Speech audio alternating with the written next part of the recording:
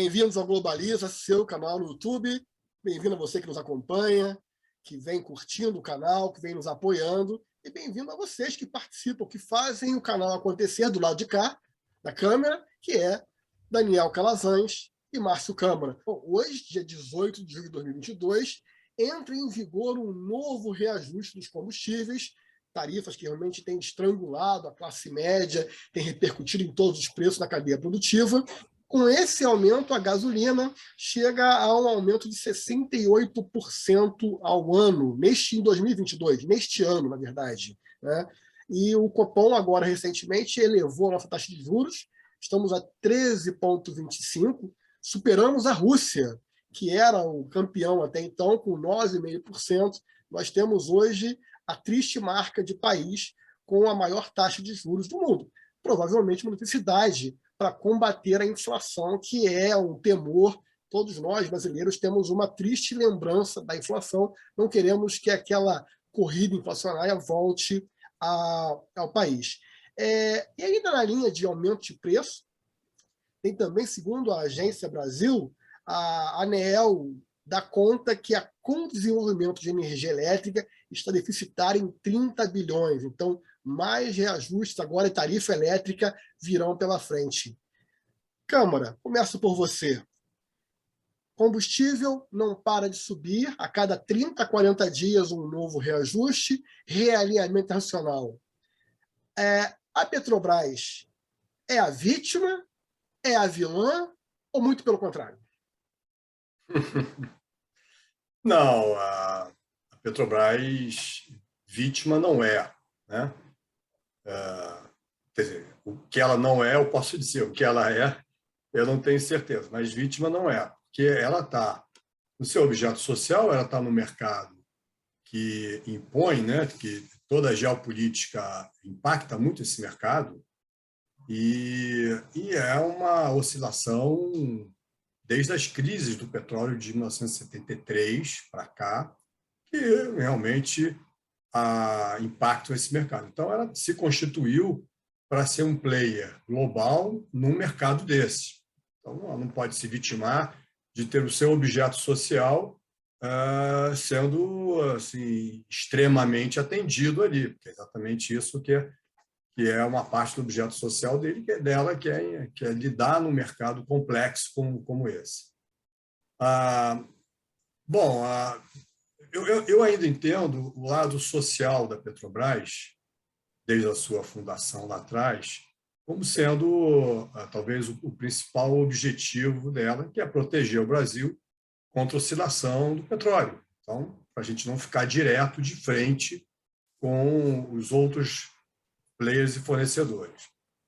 Então, essa oscilação de preço, ela nesse cenário que já era previsto, desde inclusive da invasão da Rússia à Ucrânia, né? Considerando o que está acontecendo desde janeiro de fevereiro de 2020, né? Que é a pandemia, que, se eu não me engano, não foi removida pela OMS ainda, né? Mas não tem mais pandemia hoje em dia, mas tem epidemias ou endemias, né? Mas, considerando que o mundo passou esse tempo todo, não era nenhuma surpresa que haveria um impacto nesses preços, né? Sobretudo com o advento da invasão da Rússia na Ucrânia, que era prevista estar resolvida em 15 dias, segundo o próprio invasor planejou, e aí já está se arrastando há 5 meses, né? Então, esses cenários estavam visíveis, né? Não tem nenhuma surpresa nisso. Além disso, o Calazans e Fábio, a Petrobras conseguiu gerar um colchão com uma lucratividade muito grande, então ela se beneficiou dessa alta de preço, porque ela está no mercado que ela vende exatamente o produto que teve alta de preço, portanto, ela teve um lucro muito grande. É outra faceta dessa discussão que nós temos assistido aí, até que ponto vai a liberdade que a empresa tem de distribuir todos os seus lucros, ou se deveria ter uma reserva. Imagino que é possível ter reservas patrimoniais ali para prevenir de distribuição, mesmo numa situação dessa. Então, eu acho até que a Petrobras deveria ter se provisionado para essa oscilação de preço, de forma a não ter que repassar o preço agora para todos nós. Ela tem condições, conhecedora que é desse mercado, e tendo feito o lucro que fez, e possivelmente com as permissões societárias e estatutárias de formação de reserva patrimonial para impedir que todo lucro seja livremente distribuível. Muitas empresas têm isso, você faz retenções de dividendos por uma necessidade de investimento em determinado segmento, então você retém aquele recurso, ou, no caso da Petrobras, retenção por causa da possibilidade do que acabou acontecendo de oscilação de preço. Então, eu não entendo que ela teria que repassar, ela poderia fazer uso das suas reservas para justamente não repassar agora.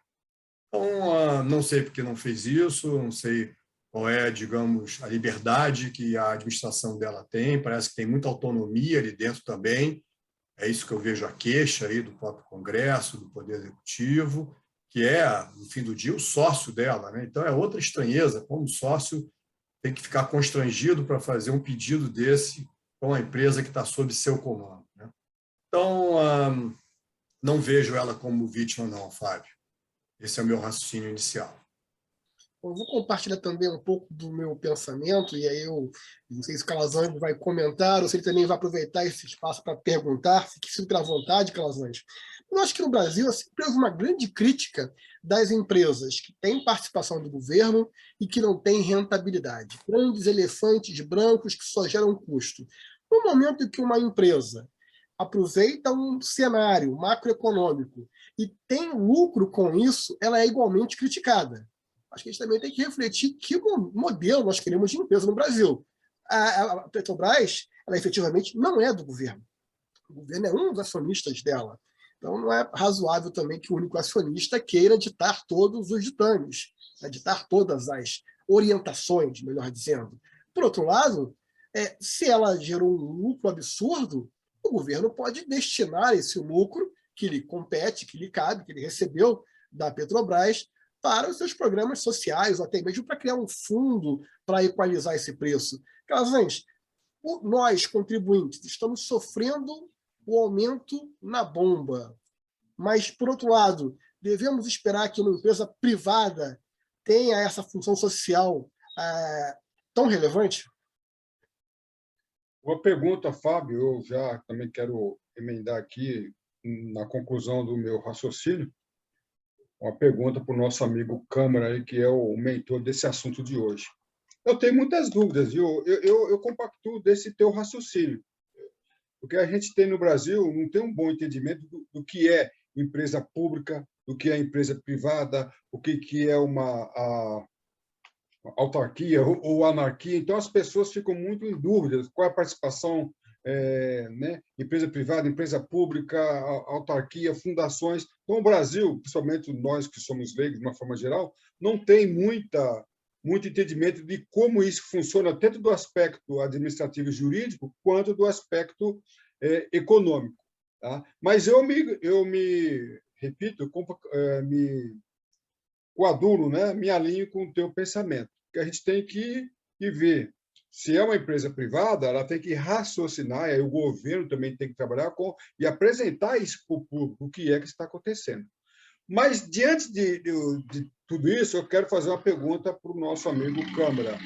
Nós vemos o presidente dando aí depoimentos, passando uma imagem, se é verdadeira ou não, eu preciso estudar mais, que a Petrobras está dando aumento porque ela quer, que ela não precisa dar aumento. Que se ele pudesse, ele eliminaria ou evitaria todos esses aumentos aí. Apesar desse raciocínio muito interessante do Fábio Anderson. Câmara, esse raciocínio do Fábio Anderson, comparando empresa privada, levando em consideração o aspecto comercial, tem que ser levado em consideração ou está havendo uma briga política que nós não estamos conseguindo entender? O presidente está certo no seu argumento, no seu raciocínio? Deve-se valer o raciocínio da empresa privada apresentada pelo nosso amigo? Ou está vendo aí um pano de fundo, uma briga política que está desembocando, resultando nessa confusão toda? É isso aí, meu amigo. Perfeito. Acho que a política ia ser mencionada, você trouxe, e ela está nesse cenário, né? E, Câmara, só para dar uma pimentinha na questão do Calazans, ano de eleição. Então, não fosse esse o ano eleitoral, que eu estava dizendo, não seria exatamente esse o quadro que estaríamos discutindo aqui. Eu penso isso. Tem muito de política dentro disso que está acontecendo desde o aumento dos preços, né? Existe uma turma ali do quanto pior, melhor, tem forças ali para, enfim, macular o atual governo, exatamente a oposição que quer tomar o poder no final desse ano, ela trabalha nesse sentido. No Brasil sempre foi assim, não é uma característica dessa eleição desse ano. Então, importa para essa turma que haja aumento de preço. Como importa, enfim, jogar a responsabilidade sobre fatos fora do alcance do governo federal, junto ao governo federal. Então, isso é bem prática da cultura política e de ano eleitoral no Brasil. Agora, Calazans, todo contrato social, que é o nome que se dá a um estatuto de uma empresa, tem o nome contrato social porque a ação da sociedade para explorar o seu objetivo ali, o seu objeto social, explorar sob a autorização da sociedade. Por isso que é um contrato social, porque ele tem que entregar alguma coisa à sociedade. Aquela empresa não está ali só privativamente para fazer lucros e remunerar os seus sócios. É um contrato social, né? Então, a Petrobras, idem, né? Evidentemente, ela é capital aberta, regida pela CVM e pela B3, ela tem regras a cumprir, não tem dúvida. Agora, o governo federal, que representa a União, que é sócia da Petrobras, está assentado, ele tem assento nos boards. Vamos falar de governança, portanto. Então, de qualquer maneira, sendo um ano político, eleitoral ou não, ela estando influenciada por colaboradores que pensem de maneira distinta do que o governo federal pense, tanto faz. Independente disso, ela é uma empresa que se estabeleceu de maneira a atender a sociedade e ela tem as suas obrigações que são estabelecidas pela governança. A governança é exigida, a própria CVM exige a instalação de governanças para ela poder ser capital aberto, isso foi lá atrás. E dentro dessa governança tem comitê de auditoria, comitê de riscos, comitê de conselho fiscal, comitê de compliance e o board, né, que é o conselho de administração. Dentro desses órgãos que compõem a governança, o governo federal tem assento, assim como tem junto ao Banco do Brasil, assim como tem junto à Caixa Econômica Federal.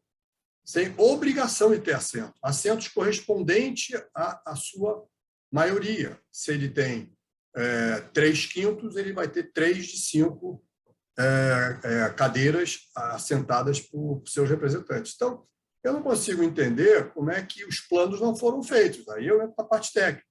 Tinha que ter sido feito. Evidentemente que o governo, o Conselho de Administração, trabalha com perspectivas, né? E ele tem que ter feito em suas diversas reuniões ao longo do ano, deve ter sido muitas, em algumas delas deve ter deliberado um plano para enfrentamento dessa crise, para não ficar tendo que repassar. Isso é assim com todas as empresas. Então, sim, o governo federal tem assento ali, sim, a empresa tem obrigações sociais, sim, ela é de capital aberto, tem que atender regras e normas da CVM e da B3, e sim, ela tem a obrigação de ter uma governança que tenha se precavido para um efeito que é normal, é ortodoxo, não é heterodoxo, ao mercado em que ela resolveu entrar quando se constituiu. Então, eu não consigo aceitar que tem um susto, aumentou a gasolina, aumentou o óleo bruto, vou aumentar a gasolina, ou, sobretudo, o óleo que é o que a gente menos refina, né? Para caminhões, né? Interessante, para caminhões que escoam a nossa produção, esse é o pior aumento que está tendo. Eu não consigo aceitar isso como não tendo sido prevenido pelos conselhos que a empresa dispõe. Interessante, Câmara. Bom, estamos chegando próximo já ao término desse bloco, eu quero já agradecer, mas eu queria fazer uma última reflexão para o Câmara, que é nosso especialista. Você que nos acompanha sabe que Márcio Câmara é referência em governança corporativa. Ele é CEO da MCGC, empresa de atuação nacional, justamente fala com muito balizamento sobre esse tema. A gente pode explorá-lo aqui ao limite e ele nunca refuga qualquer provocação. Câmara, o que me causa estranheza, e aí por ser um ano eleitoral, talvez isso me cause um pouco menos estranheza, é o presidente estando diuturnamente nesse enfrentamento com a Petrobras. Talvez fosse um trabalho muito mais do ministro de Minas e Energias. Talvez as 4 mudanças de presidente da Petrobras, mudança de conselho, já fosse suficiente para fazer valer a posição de boarding do governo federal. E, por outro lado, não causa uma estranheza o silêncio da ANP? Perceba que nós temos um órgão de fiscalização que, se de fato estivesse percebendo um abuso em políticas tarifárias, já teria punido, sancionado, buscado informações. Eu não vejo em nenhum noticiário, eu não vejo em nenhum momento, quer seja o ministro de Minas e Energia, quer seja o presidente, quer seja a AGU, citando que a ANP esteja preocupada com alguma conduta atípica da Petrobras. Perfeito, ótima pergunta e provocação. Bom, a ANP é uma agência independente, né? Então não há que se confundir como sendo um órgão do governo, não é. Assim como o Banco Central agora é independente, as outras agências também são, a ANP também é. Aí não sei por que eles não atuaram, mas eu posso dizer que o CAD atuou. O CAD está preocupado exatamente com esse aumento, né, do preço dos produtos para o consumidor ter sido consequência de um monopólio muito forte. É isso que o CAD está analisando. Ele está vendo isso como um monopólio, não é nem um oligopólio. Quer dizer, tem algumas empresas convidadas aqui para explorar petróleo sob certas condições, mas o mercado é todo monopolizado pela Petrobras. Não tem uma Petro USA, por exemplo. Não tem. Lá o mercado é livre. Aqui não é. Então, você tem um monopolizador. O CAD está preocupado com isso, o Congresso Nacional também. Eu acho que tem muitas forças republicanas preocupadas com o que eu estou aqui trazendo também, que é uma preocupação minha um pouco, né? Agora, a ANP, você tem razão, causa estranheza que ela não tenha falado. Talvez esteja esperando a conclusão dessa rodada, né, que tem pouco tempo, de situações para ela como arbitral que é, e talvez isso seja uma das características de uma força arbitral, né? Ela está como arbitral ali, vai esperar um pouquinho, consultar o VAR, vamos dizer assim, como a gente vê em futebol, para poder emitir a sua opinião, né? Porque tem muita gente entrando aí de maneira muito precoce, inclusive. Bom, Carlos, eu quero agradecer a tua participação esse sábado aqui nesse Globalize especial, falando de algo que muito nos aflige. Suas considerações finais? Muito obrigado pela atenção. Não vou entrar no assunto, mas só finalizando, não é questão de entrar no assunto, mas a gente vê do ICMS, até mesmo dentro do combustível, alguns juristas, nem políticos, juristas, muitos políticos também, dizem que se isso acontecer é um estelionato eleitoral, como se o Bolsonaro estivesse aproveitando no ano eleitoral para isso. Então, a impressão que eu tenho no assunto que nós acabamos de tratar é a mesma coisa. Mais do que aspecto econômico, é o aspecto político que está sendo levado em consideração, que pode ser um grande prejuízo para todos nós. Que possamos refletir e vamos ver o desfecho até o final do ano, até as eleições. Um abraço e tudo de bom. Um abraço, Carlos Anjos. Bom, Câmara, é um assunto, com perdão do trocadilho, inflamável.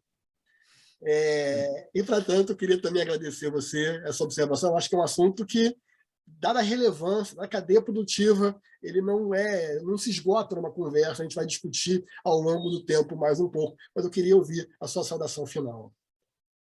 Não, perfeito. Me preocupa realmente o efeito social dessas decisões. Procuro sempre apoiar vocês aqui no aspecto técnico, né? Esclarecer, para não ficar uma conversa em que o público acabe sendo influenciado pelos fatos, né, externos a nós aqui, inclusive. A gente já chega aqui com muita opinião depositada na sociedade, mas tecnicamente é isso, é uma empresa que tem governança, não era para passar por isso, e nessa governança o sócio controlador tem assentos proporcionais às suas cotas ali, né? E, por outro lado, tem os minoritários que também são distribuidores e tudo mais, que também exercem um poder ali comercial, né? Então, é típico de uma empresa grande como a Petrobras é. Quero agradecer aí a oportunidade de debater isso, expor as minhas ideias também, e agradecer a todos, Clarazans, você, Fábio, mais uma vez, pelo convite, e desejo um bom sábado a todos. Eu agradeço a ambos e agradeço a você que nos acompanha. Deixe seu comentário. Como é que está a Petrobras? Está agindo segundo os ditames de mercado, buscando um lucro como qualquer empresa privada deve buscar? Ou ela está aproveitando do momento e tendo um lucro exagerado, como sugeriu o presidente? Deixe seu comentário, comente, participe. Até a próxima.